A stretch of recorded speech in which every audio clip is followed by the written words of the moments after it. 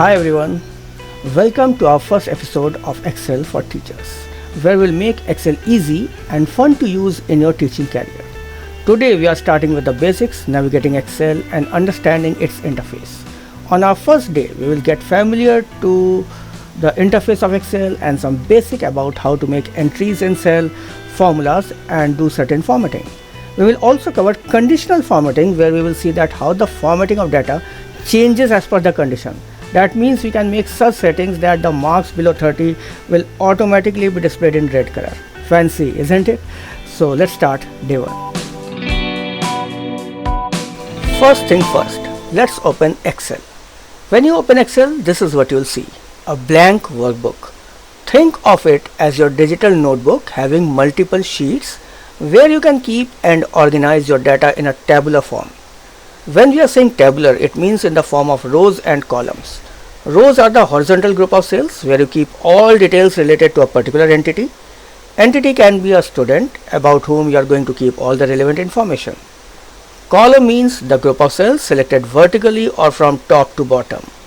Every column in Excel keeps similar type of information. That means information about the same heading, such as name column will keep only the names and marks column will keep only the marks.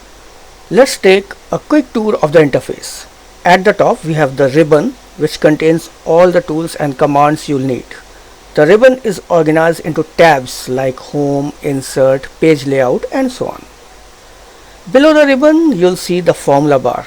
This is where you can enter data or formulas into the selected cell.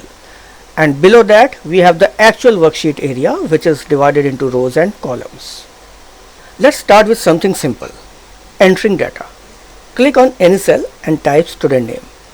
I will prefer that you must select the first cell only and then move to the next cell and type score. See how easy it is? Now let's fill in some example data. Under student name I'll type Alice, Bob and Charlie. Under score I'll add some numbers like 85, 90 and 78. Next, let's make our data look a bit nicer. Select the cells with our headers, student name and score. Go to the home tab and here you can change the font, make it bold and even add some color. Add background color by clicking on fill color button. Select the table and give border to it by selecting all border option. You can align the text within the cells to bring them at center, right side or left side as per your requirement. Here I am keeping center aligned. Okay, just a few clicks and our data looks much better. Now let's use some simple formulas.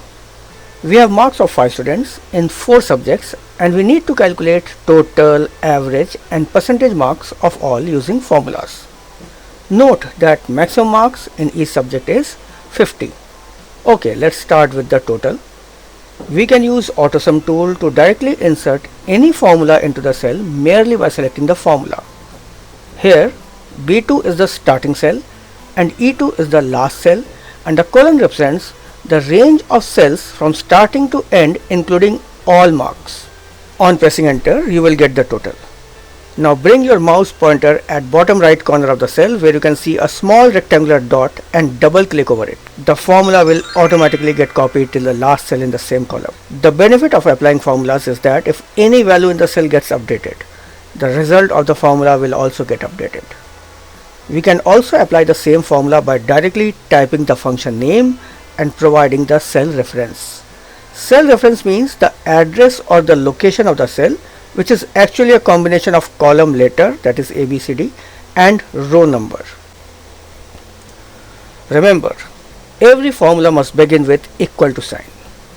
Now I will divide the total marks with total number of subjects to calculate average marks. And here is my average.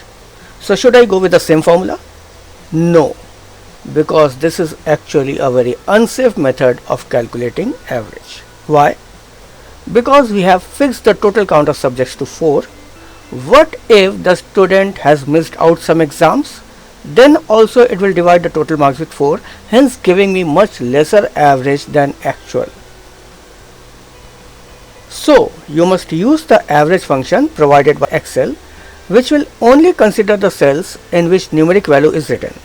The blank cells or the cells with textual data is not taken into account, giving you the correct average marks.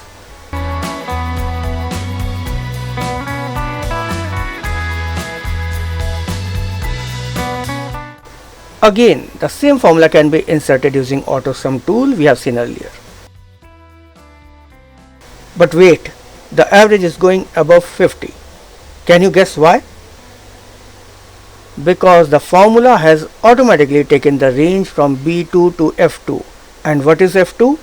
F2 is the column of total marks, so we need to exclude this cell.